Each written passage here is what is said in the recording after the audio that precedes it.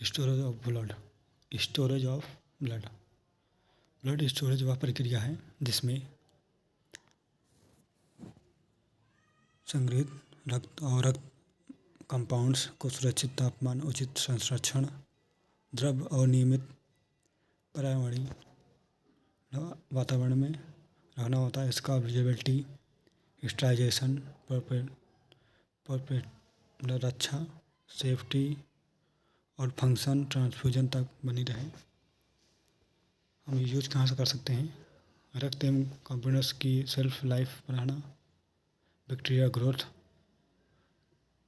रोकना, RBC visibility और oxygen carrying capacity बनाए रखना, प्लाज्मा प्रोटीन और कोलोटिंग फैक्टर सुरक्षित रखना, प्लेटलेट फंक्शन को बनाए रखना है। हमें इसमें क्या क्या चाहिए? Requirements: refrigerator, blood bank refrigerator 2 से 6 सेल्सियस, डीप फ्रीजर -20 से -80 तक, प्लेटेड इंक्यूबेटर और एगीटेटर 20 से 24 सेल्सियस, लिक्विड नाइट्रोजन टैंक -20 से -196, जोशी एरो के रखने के लिए, count mounting system with alarm, calibrated thermometer, data longer के लिए, anticoagulant bags, power backup. Storage temperature क्या क्या कैसे होना चाहिए? होल ब्लड के लिए हमें 2 से 6 35 दिन।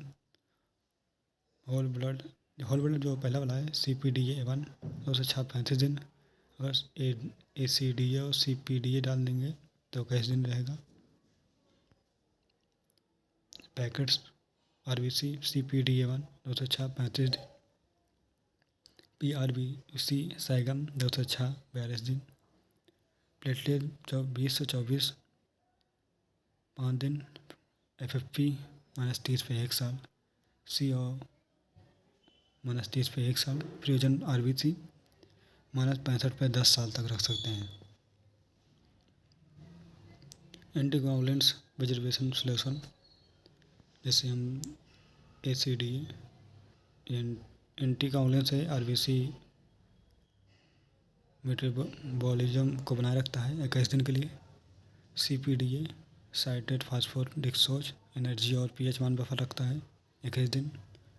CPDA1 ये साइट्रेट फास्फोडिस्कोज एडेनाइन होता है, ATPA को बनाए रखता है 35 दिन के लिए। SAGM saline adenine glucose mannitol RBC visibility बनाए रखता है 21 दिन के लिए।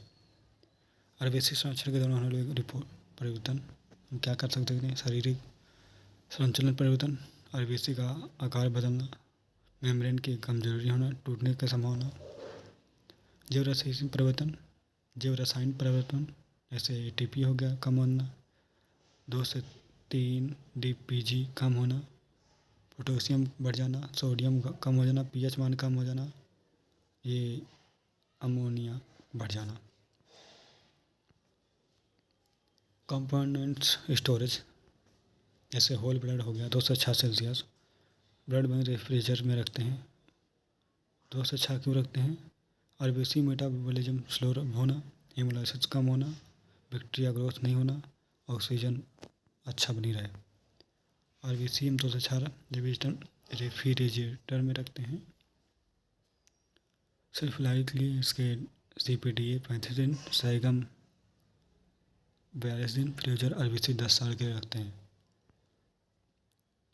प्लेटेड 20 से 24,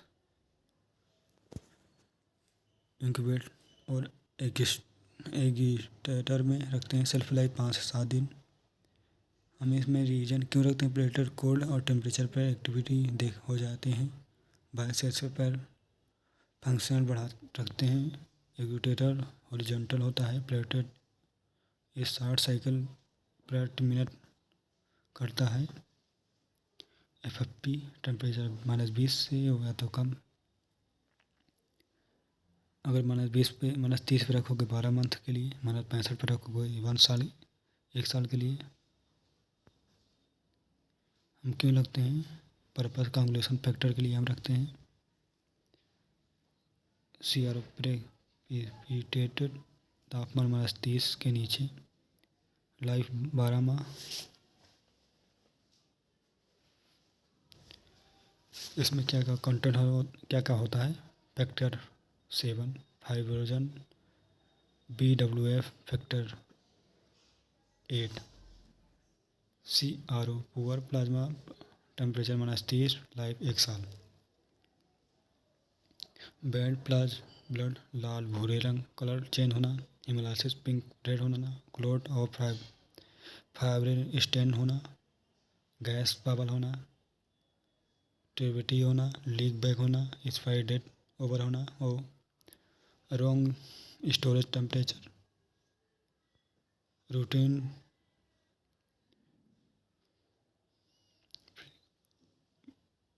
नियमित तापमान चेक करना, अलार्म डोर पावर चेक करना, यूनिट ABA ISO सब कुछ चेक करते रहना चाहिए हमें।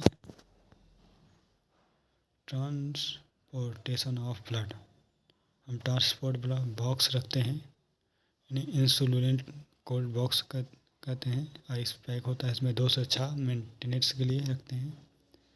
ट्रांसपोर्ट के लिए प्लेटें रखते हैं। 20 से 24 सेल्सियस, कोई चिलिंग नहीं होना चाहिए। लीगल इक्विपमेंट होना चाहिए, जैसे COD act 1940, NASCO guidelines, ABS blood bank standard, record keeping 5 साल तक रखना चाहिए।